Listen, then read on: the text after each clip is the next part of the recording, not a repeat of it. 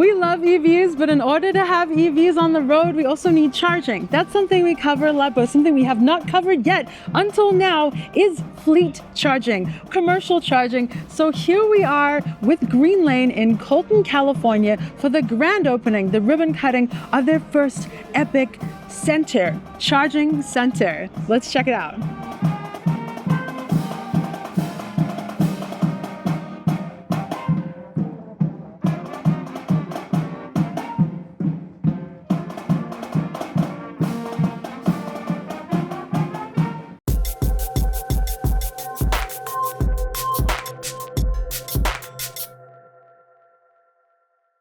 Hi, I'm Patrick. And I'm Liv. And we're with the Mach-E vlog / EV Explored. And we're super excited to be here in Colton, California for the grand opening of the Greenlane, their flagship facility.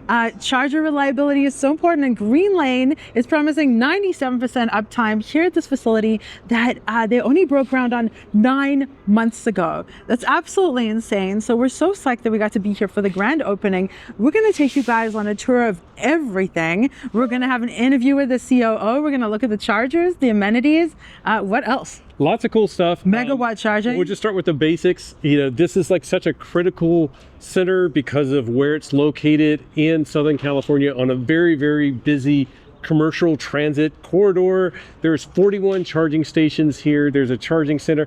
We're going to take you on all of this and show you all of it. Let's go. Greenlane. Woo. So let's take a tour of some of the features around this charging center.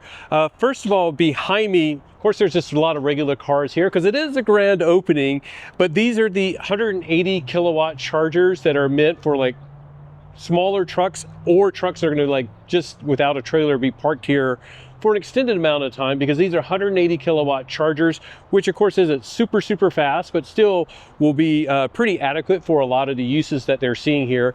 If they look a little familiar, if you follow us, you may know Ford. You may know that Ford has used these at some of their dealers because these are from Power Electronics. But nothing, you know, too different from that. One of the things I do want to point out, and we'll do this at several of the charging, or well, the two different types of charging pads, but you'll see that like they basically made it so that they can easily replace the actual charging unit itself very easily. So one of the things that we have been talking about here today is redundancy, future growth, all of those type of things that are going to be important for a center like this to be successful. But these charging stations here, there's, like I said, they're 180 kilowatts. There's 29 of these that are out here, if I counted correctly.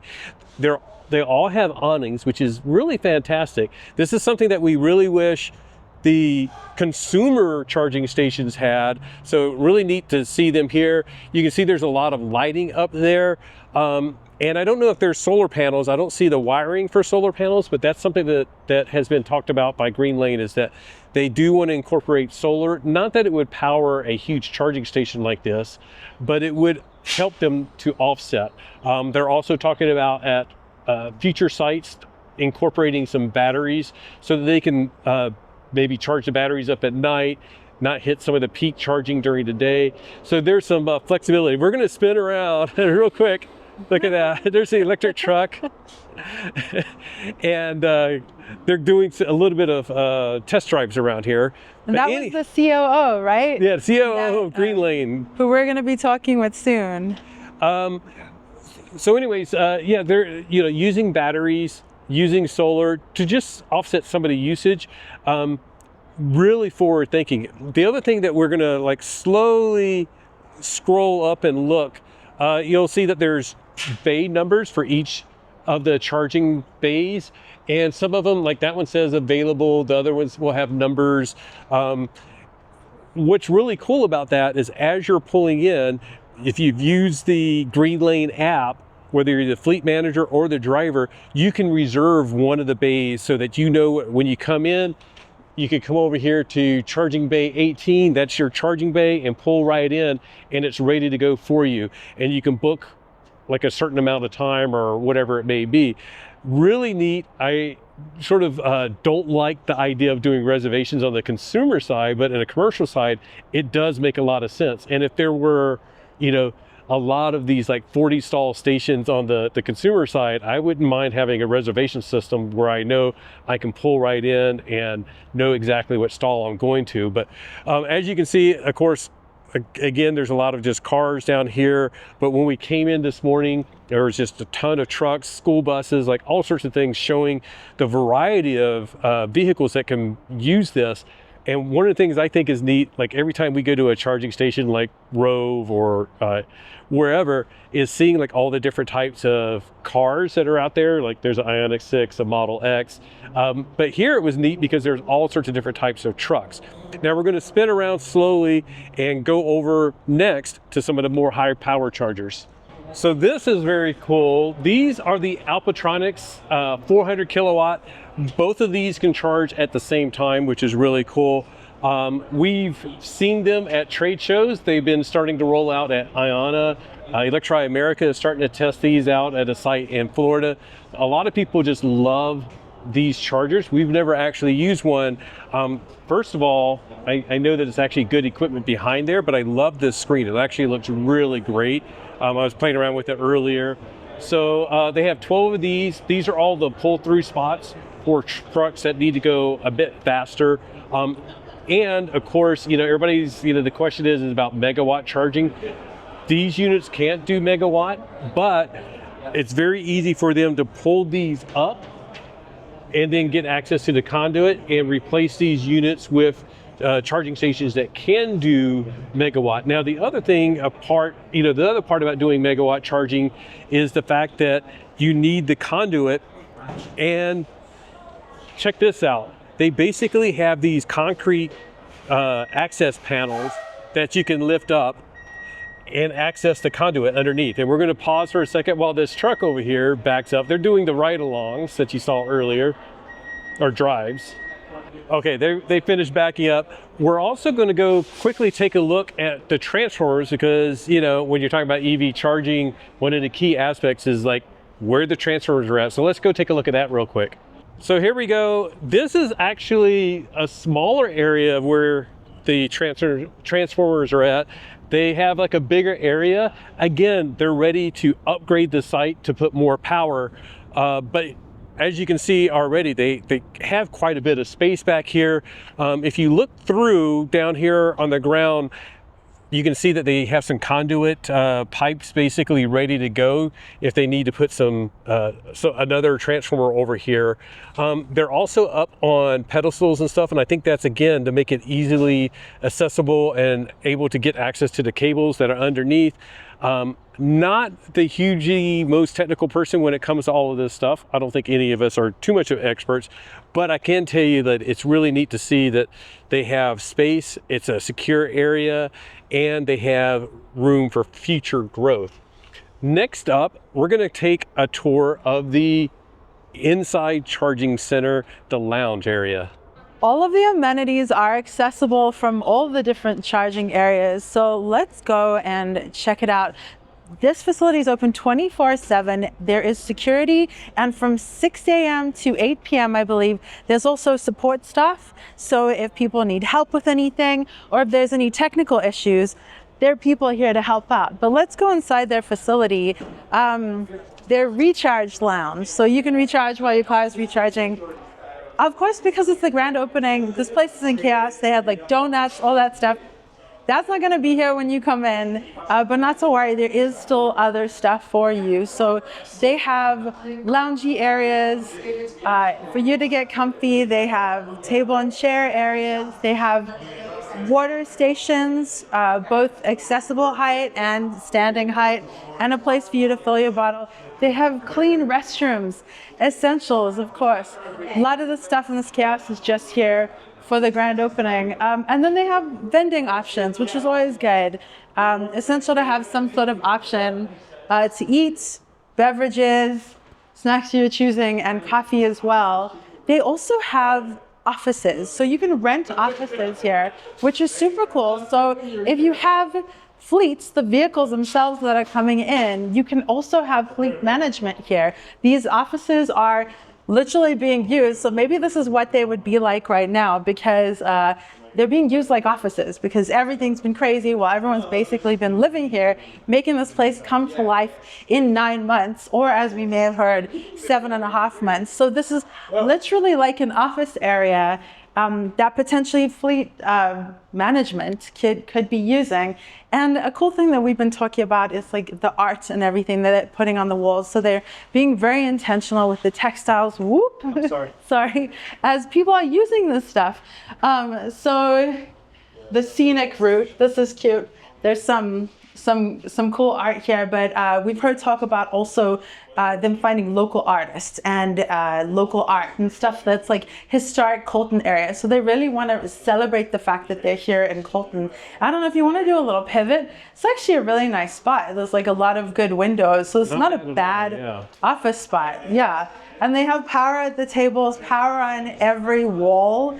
Obviously a TV that I bet you could do a presentation. So like, I don't know what the price is to rent the office, and it's really quite loud in here because there's craziness, but I'm sure like on a normal day you could come in here, close it up, and enjoy your work. Well, let's go pop outside here as well, because I think this is really cool that they have picnic tables. So Southern California, so you Southern California, yeah, and a little inland, so it's going to be sunny. They've got a little spot for umbrellas as well. So picnic tables, trash. There's more parking around the back as well, and you'll notice that the majority of the parkings, barring these, the parkings around the back have cover. It's hot out here, so there's lots and lots of shade here, lots and lots of coverage, lots of charging options, 41 chargers, and lots of potential for growth. So really, really cool to take a look at all the other amenities as trucks are tooting around us. So now let's learn a little bit more. I'm going to let you introduce yourself. All right. Hi, I'm Tana Spanistad. I am the Chief Operating Officer at Greenlane Infrastructure. So let's talk about this. Like we're familiar with Rove charging, which is like 40 stalls for consumers, but this is grand scale. Yes. This is 40 stalls. It's actually more. 41 stalls. 41 by one. By one. It's one a little bit bigger, but it's for medium to heavy duty vehicles. So it's really looking at, you have your passenger car, it's out there, but it's about looking at the most emitting vehicles that are out there, right? And if we can tackle that portion of pollution, and if we can decarbonize that element, the impact that would make. So really what this is looking at how do we get those big offenders and start to take it down. And this site isn't just chargers. Like you guys have a whole concept of like what a charging center can look like. So first of all, it's like you can reserve chargers ahead of time. You have a charging center. So it's like a whole package that you've really put in here. It is. So it is, we recognize that the dwell time for any charger, passenger or otherwise, is going to be a little longer. And we recognize that also for the trucking industry in particular, when you're dealing with drivers, they have slip seating, they have different schedules to maintain, they have breaks they have to take. You've got the fleet managers who are operating on a tight schedule to say, how do we get to here and how do we make sure someone's going to the right place and divert if there's traffic or an accident. So what we want to do is create this one-stop shop for both the driver, the fleet manager, or whoever is involved in that infrastructure play to be able to do everything they need to do, but do it in a way that's comfortable, that's safe, and that's as pleasant as it can possibly be. And none of that matters if you're in the wrong spot. So Colton was picked first. Yes. And you want to tell us why Colton? So Colton itself, if I think just from the logistical perspective, is, prime location in terms of its proximity to the Port of Long Beach, which is, one of the ports that brings in the most amount of goods in the country. And then also the Inland Empire. It's the heart of the Inland Empire. So this is where a lot of the goods come. Right. And so what we really like about it is that it's a natural drayage route. It's something that we see, if you look, at the freeway there, you'd be hard pressed to go a minute without seeing at least 5 or 6 trucks flow by. Yeah. And the same goes for the roads right here. So there's constantly movement. There's constant movement of goods. The entire surrounding area, you're going to see warehouses, you're going to see hubs and distribution centers and things like that.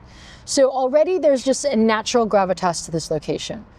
What's more interesting when you get into the history of Colton is that this is how it's developed, right? Colton really came to the fore because the railroads came here in the late 1800s and created it as a transportation hub. And consistently and historically, it's always been at the front of transportation. It's always been on that leading edge. It was, it still has one of the busiest railway junctures in the country. And that is continuing, and they just keep adding to it. And so the city itself and the community itself has been very, very keen on ensuring that they stay on that front foot, that they are still innovating. Also because they are the ones who deal with the negative effects of this. Right? The Inland Empire is known for pollution. It's known for the air quality, and not in a good way, but they are also some of the ones doing the most, to really alleviate that and to make it a better citizen experience. Yeah, because I think that's one of the things the mayor was here earlier at the opening ceremony, and he was talking about there's so many goods that go through Colton, and it's like, I love getting my clothes and my shoes and the cameras and stuff like that. And a lot of that probably travels through here. Absolutely. But they don't get anything from it except pollution. But now it's like there's revenue, there's activity, and it's not bringing the noise. It's not bringing the idling diesel trucks. So it seems like it's definitely a win for the local community. It is. And actually the other thing we've heard from the local community is that just having a lot of these areas that, Colton itself 7 months ago was a lot. It was an empty, vacant lot. So having these developments here for the local community, especially the immediately local community, is really nice, because they're looking at it and saying, well, the site's developed, it's not tumbleweed and whatever else is roaming around there, and it's not, people aren't throwing their trash and littering. But also, we have 24/7 security on site. The site is well lit. We have all these elements that actually provide them with an element of security or a feeling that they have, more safety around them, on top of which you're actually bringing a bit of foot traffic in a good way. Right. Exactly. Right? It's not horrible in terms of, you don't have lines out the road. You don't have, a transient community or pedestrian community or anything like that. What you have is a professional atmosphere that also provides a place, like you said, we have the Recharge Lounge where you can go rest and relax, but that's open to the public. So if they want to come in, they can do that. And we have, we know that there's a hotel across the street, and the owner of that hotel comes regularly, and he says hi, and he's friends with the security guards. That's and awesome. All that. And he's been watching the site develop, and he's really, really appreciative, and has indicated how grateful he is that we're doing something like this here. Now, let's talk about future growth. So first of all, this is the first of many. You guys have some big backers, if you want to talk about them as well. But this is a nationwide effort. Yes. And you're focusing first on the LA to Vegas corridor. Yes. So this is a nationwide effort. The idea is that, we provide this infrastructure across the country, just like you see Rove doing, or, others doing for the passenger vehicle side. We really need to do the same for the commercial vehicle side, because otherwise you're not going to see that transition. Right? I don't love the phrase, but if you build it, they will come. There's a little bit of that going on here, right? So we want to get to that. And we also do see that there is a demand, and there's a growing demand. It's not going to be overnight. We know it's a transition, but it's something that's going to happen. We are very fortunate with our backers because they also can provide us with a lot of both insight and guidance on that front. So our backers are Daimler Truck, which owns 40% of the commercial vehicle market share in the US. It's NextEra Energy, who obviously has a lot of experience in building out renewable infrastructure. And it's BlackRock Climate Infrastructure. Super cool. Yeah. And you already have the plans for Barstow and Baker, I believe, are coming next. They are coming, yes. And that's sort of such a critical corridor, because every time we go to Vegas for CES or whatever, it's just truck after truck. Yeah. And it'd be nice to see others coming. And I don't know if they'll be the first two, because we have other ones in the works too, nice. But you never know. But, because we're working them all concurrently. So we'll just kind of see, what floats to the top in that regard. But absolutely, we are taking a corridor approach, because we are fortunate enough, also we have a partnership with Uber Freight and others, so we are able to, really consolidate a fair amount of data to look at where we need to be. Yeah. And look at where, we don't want to push onto the customer as we want to be pulled in, right? And so we're looking at that data to understand where that pull is. And so, for example, if we look at the policy side, we look at the energy availability side, which is always going to be something to consider as well.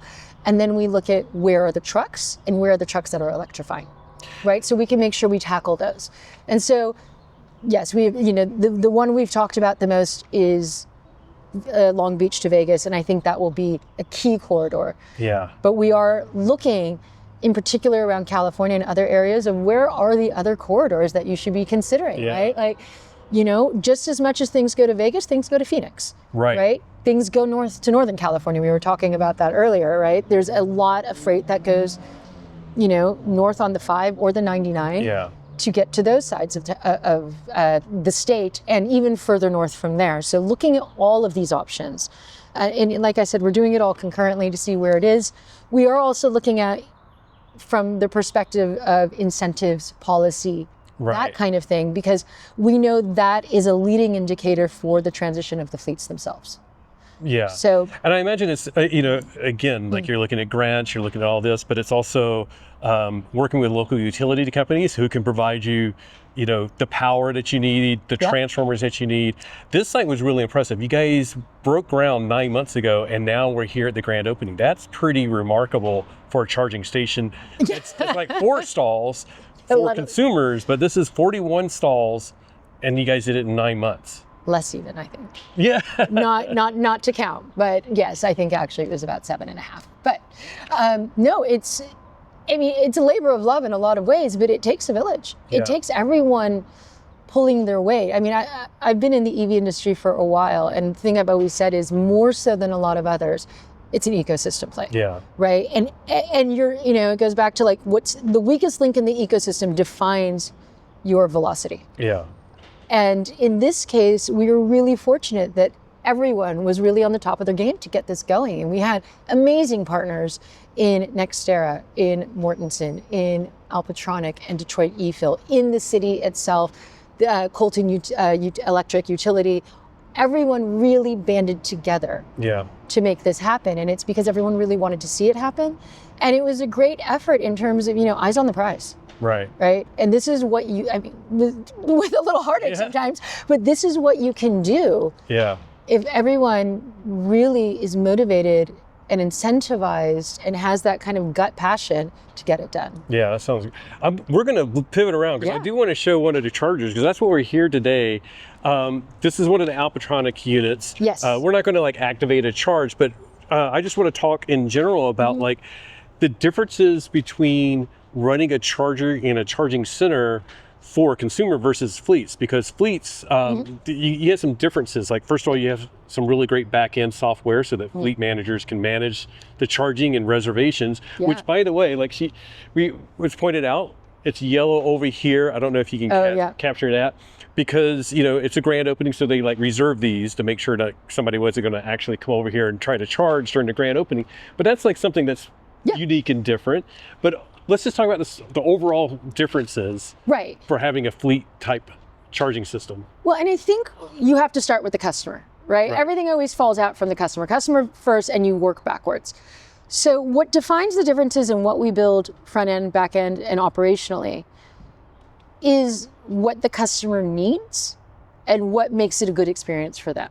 Right. So the big difference between a fleet manager or a commercial driver versus a passenger driver is things like schedule, things like vehicle utilization. It's, if you're a passenger car and you're driving your EV, usually there's not a huge penalty if this charger didn't work, I'll go to that charger, etc. Even 5 minutes, you can manage that. For a driver, a commercial driver, your schedule is tight and you've got to make up that time. And there's so many things that can impact your state of charge, the weight of the trailer and things like that. But you got to move, you got a schedule to make. You don't really have a lot of leeway and flexibility. So you can't drive in and say, okay, well, hopefully there's something where I'll wait 10 minutes until there's a charger available. Can't do it. Yeah. Right. So the reservations become key because you need to know where you're going, when you're going. And bear in mind, the vehicle itself is also more difficult to maneuver if you have a tractor and a trailer attached. So I don't want to be, this one doesn't work, back up, go to this one, back up, turn around. That's hard. We've done that, and we've documented a lot of that. And it's one thing when we have a Mach-E, but I could not imagine with a trailer trying to maneuver a charging station. Right, and so that means a couple things. One is, again, like the lane indicators are important. The app will tell you what lane your reservation is at, so that when you get here, you know where you're going. Yeah. You drive right in, right? And it's marked yellow. There's indicators over there that we can look at later that will tell you this lane's reserved, this lane's not. So you'll see that I'm in lane 12 and it says reserved, so I know that's mine, and you just roll right into it. So you don't have to worry about that. The other thing we did was, bearing this in mind, is if you look at the design of the pull-through lanes, they are specifically made, so the bobtail lanes are made for just the tractor, right? That's the intent. When you come in without a trailer, you can just back in, and it's a slower charge because usually that means you have a longer dwell time. You're not actually hauling something out. Right. These are made for the quick hits, and these are the higher powered chargers, and they're designed in a way that it's easy to drive through and angle out. So you drive in over there, you pull right through here, or you come around to here, and this is already angled to help you out the door. Get to the exit right there. Yeah, exactly. So that you don't have to do these crazy maneuvers to do that, right? So it's about where's that simplicity, right? That also means that you're close to the recharge lounge. So while my car is charging for 20 minutes, I can go in there, I can grab a drink, a coffee, I can go to the bathroom, log onto the Wi-Fi, do whatever I need to do. All that's there. Right, and we're trying to make it, but you never have to walk that far to get to it, right? Yeah. So these are the types of things that define what we do. That's also why on the back end you're talking, okay, so that need for, that lack of forgiveness in schedule also means that we have to have resiliency. We have to have resiliency in connection. We have to have resiliency in power. We have to have resiliency in all these things, because we need to make sure that you have the ability to get on your way. And again, we know you don't have the legroom that others do.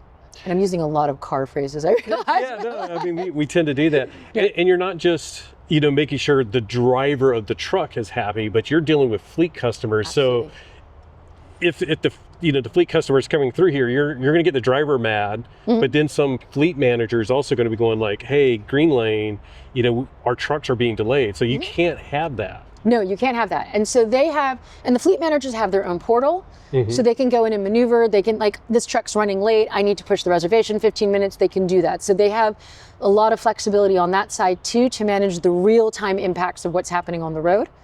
Or my driver's sick, or the vehicle changed, or it broke down, or all these things you can really work through in the fleet manager portal. We have office space for rent, so actually, like our first customer, they're going to have their fleet managers domiciled here.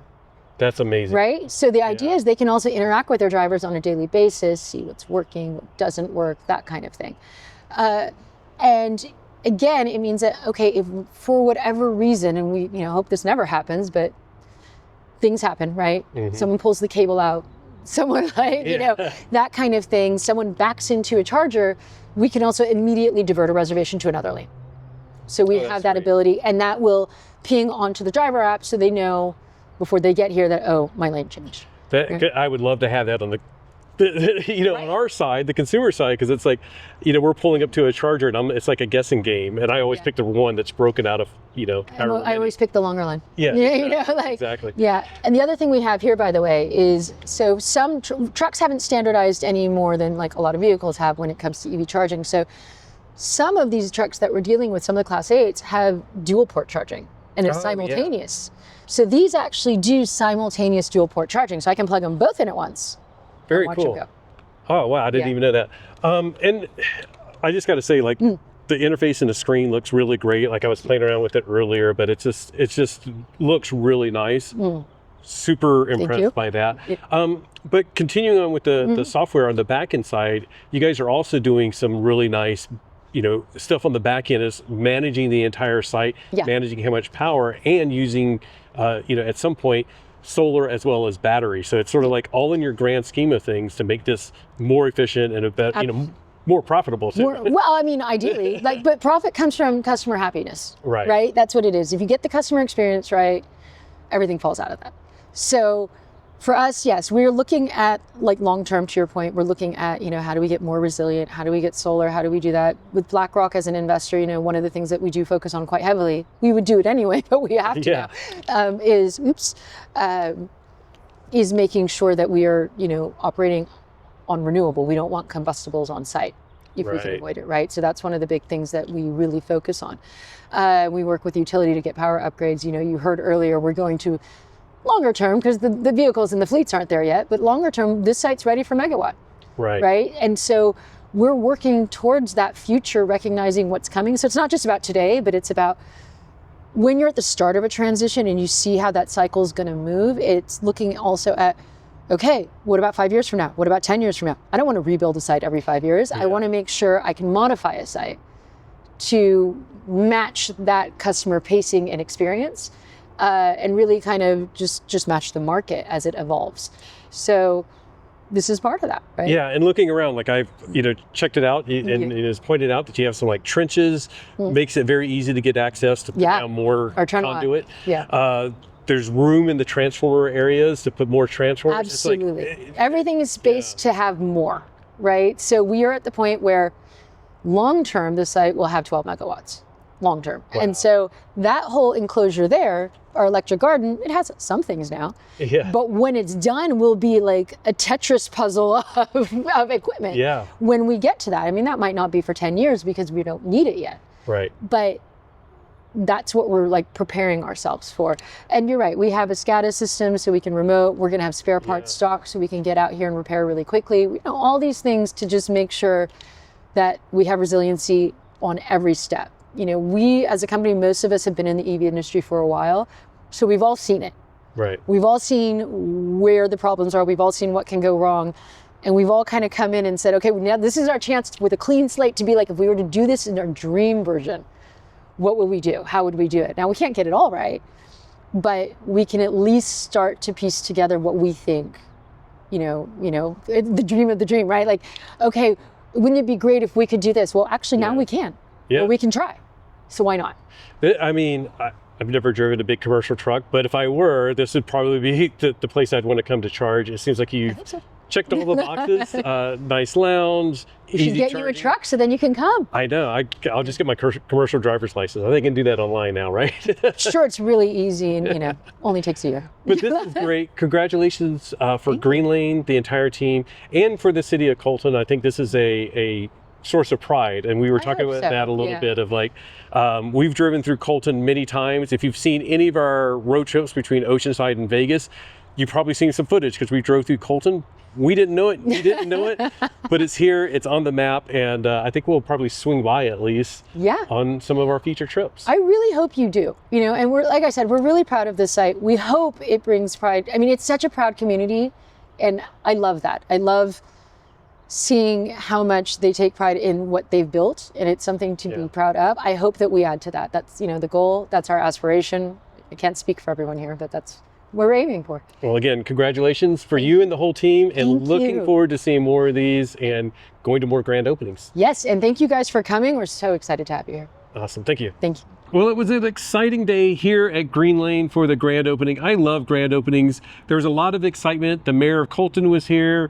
Daimler was here. It was just a lot of excitement around that. The marching band was fantastic. Always love a marching band. Yeah, what a great way to celebrate. Did you say the mayor was here? The mayor of Colton. The mayor of Colton. And it's just really cool to see people in the community be excited. There were multiple people from multiple different departments and whatever going up to celebrate and to shake hands and just like inaugurate this occasion. And cut the ribbon. And cut the ribbon. That's always important, right? Love a ribbon cutting. It's so fun. And it's really an exciting thing because this is bringing a big industry and big growth to a town that, what do they call it? Like a drive-through? Yeah, I was referring to it as like a drive-through community because like we drive through it all the time. We didn't even know it was here. A lot of our goods come through here, through this corridor, and you probably don't even really realize that, but they're getting all of those negative effects now. They're getting all the pollution. Yeah. It's just a really neat thing to see. And again, like we saw all the trucks. Every time we go to Vegas, we see all the trucks. And there's a long way to go. It's going to take over a decade to really make a big dent into the electrification of our commercial side of things. But I also thought, and I know you got a lot to say, but it was really neat to see the mix of electric trucks, because like a lot of people will go like, oh, the Tesla Semi. There wasn't even a Tesla Semi here, but there was like such a wide range of electric vehicles. Yeah, I don't know if I showed this earlier in the video or now, but there was a upcycling truck that I bumped into. There was another truck that was like a flippable exterior, so it was like a farm truck, but then you could also just put a housing unit on top of it, like very flexible. And what? And one of the coolest things was they had a trailer that had a battery pack and e-motor, so that it basically could extend the range of your, EV truck.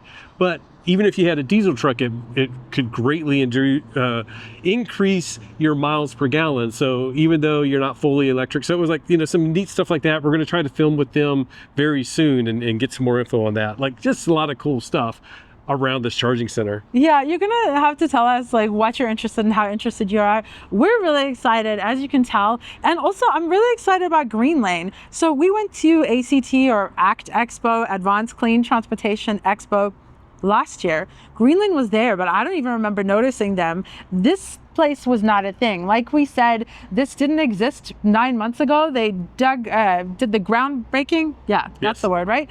And then here it is. So Greenlane, like, seriously has a good vision, and I can't wait to see where they go, because this is not the only thing they're planning. So this is their Greenlane Center, and then they're also doing Plus and Expresses. So Greenlane Plus, Greenlane Express. So a Greenlane Plus would be something that gets added on to a pre-existing convenience store or something like that. So it's a plus. So maybe the truck that's delivering the Frito-Lay whatever products is then also going to go charge up while they're doing their delivery at that convenience store. And then the Express is going to be like much smaller, attached to other units. But they really have this idea of how they're going to expand. Like Patrick talked about, they have their first corridor, but there's going to be more. And maybe we won't have to deal with noisy, stinky trucks in the future. Because I think we all know that when you're like walking on the side of the road and that truck goes by you and you're just like, ooh. Yeah. and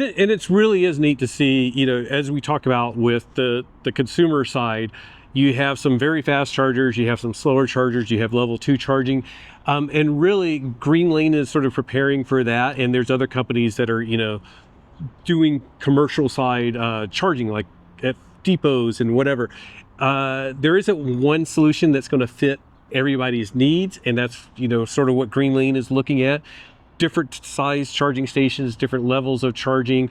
And I just love some of the forethought they put in for this station. And like one of the things I mentioned is like there's Power Electronics and Alpatronic chargers, and the CEO was saying like, yeah, she really wants to have at least 2 different types of chargers at every location, because you never ever know. Like, you can test firmware upgrades as much as you think is necessary, but until you deploy it, you don't know if it's going to be a problem. So if you have only one charger and you have a bad deployment, you take down your entire station.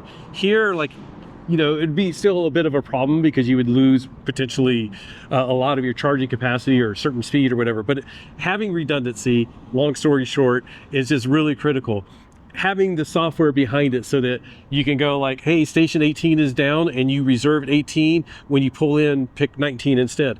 Those are the things that are going to make it better and easier for drivers, for fleet drivers. Some of that stuff too, like, again, it's like we see just in the general automotive industry, some things that come to like racing end up down in the consumer world that make our lives better.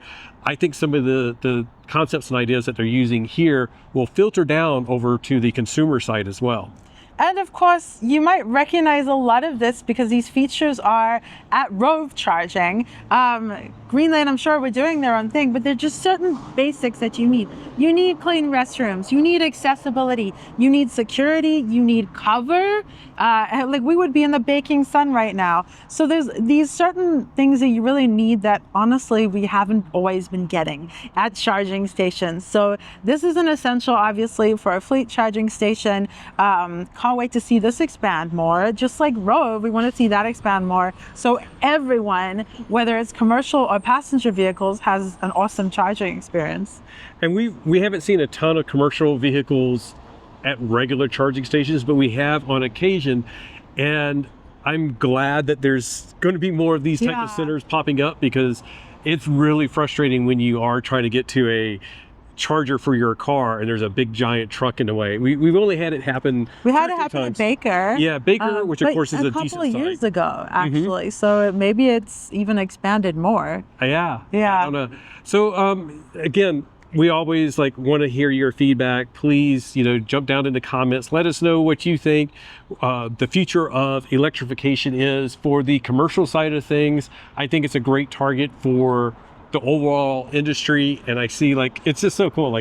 Here comes a big truck, but it's not a noisy truck, so it's just really cool. Liv's going to try to get B-roll. I'm getting B-roll. You don't even hear it go by. I remember this feeling when we went to our first just regular EV events, and cars would disappear because you didn't hear them crank up and roll out. Same thing with the big truck. So just silent. Really, really fun. So again, looking for your feedback. Is this the type of thing that you are excited about? Do you want us to do more videos? We had some people say come by and drive our electric truck. You want to see us do that? I'm more than willing. Oh, that would be interesting. That would be great. It was fun at the end. We got to see Tanaz, the COO, driving the truck, and all of the I was going to say crew. Yeah, all of the crew. Everyone who's worked on this Greenlane was hanging out and taking photos with the ribbon, which was really fun to see. So it's cool seeing how enthusiastic they are and what a good team they have. But anyways, we should get out of here. Yes. We have some other exciting stuff to go do today. I'm just going to say, we're going to the slate reveal. Yay! That video is probably up. That video will probably be because we're excited. First. Yeah. Keep an eye out for that. If you don't know what it is, you probably want to check it out. Thank you so much for joining us for this video in which we checked out the grand opening ribbon cutting of the flagship center. Premiere. There's so many words. For Greenlane, their fleet charging station. Make sure you Google Greenlane EV charging, because Greenlane is a weed distributor. Another thing, which actually totally makes sense. A huge thank you to our patrons whose names are scrolling across the screen right now. We appreciate you guys so very, very much. And you, our YouTube members too. You can join either of those down below. You get things like fancy pony emojis or trinkets from us and behind the scene things, whatever, all sorts of good stuff. I should post some. Yeah, you should. From now, something. Yeah. Okay, we'll post that. Okay, cool. Yeah, if you become a patron right now, you see that. Maybe it's something goofy. Seen it. Maybe they have. I know. Okay, let's go. Okay, so as a plane flies overhead, thank you so much for joining us for this video at Greenlane. And just remember that whatever you drive, whether it's a car, a truck, a plane, or whatever, and wherever you charge it, enjoy the ride. Bye. Bye.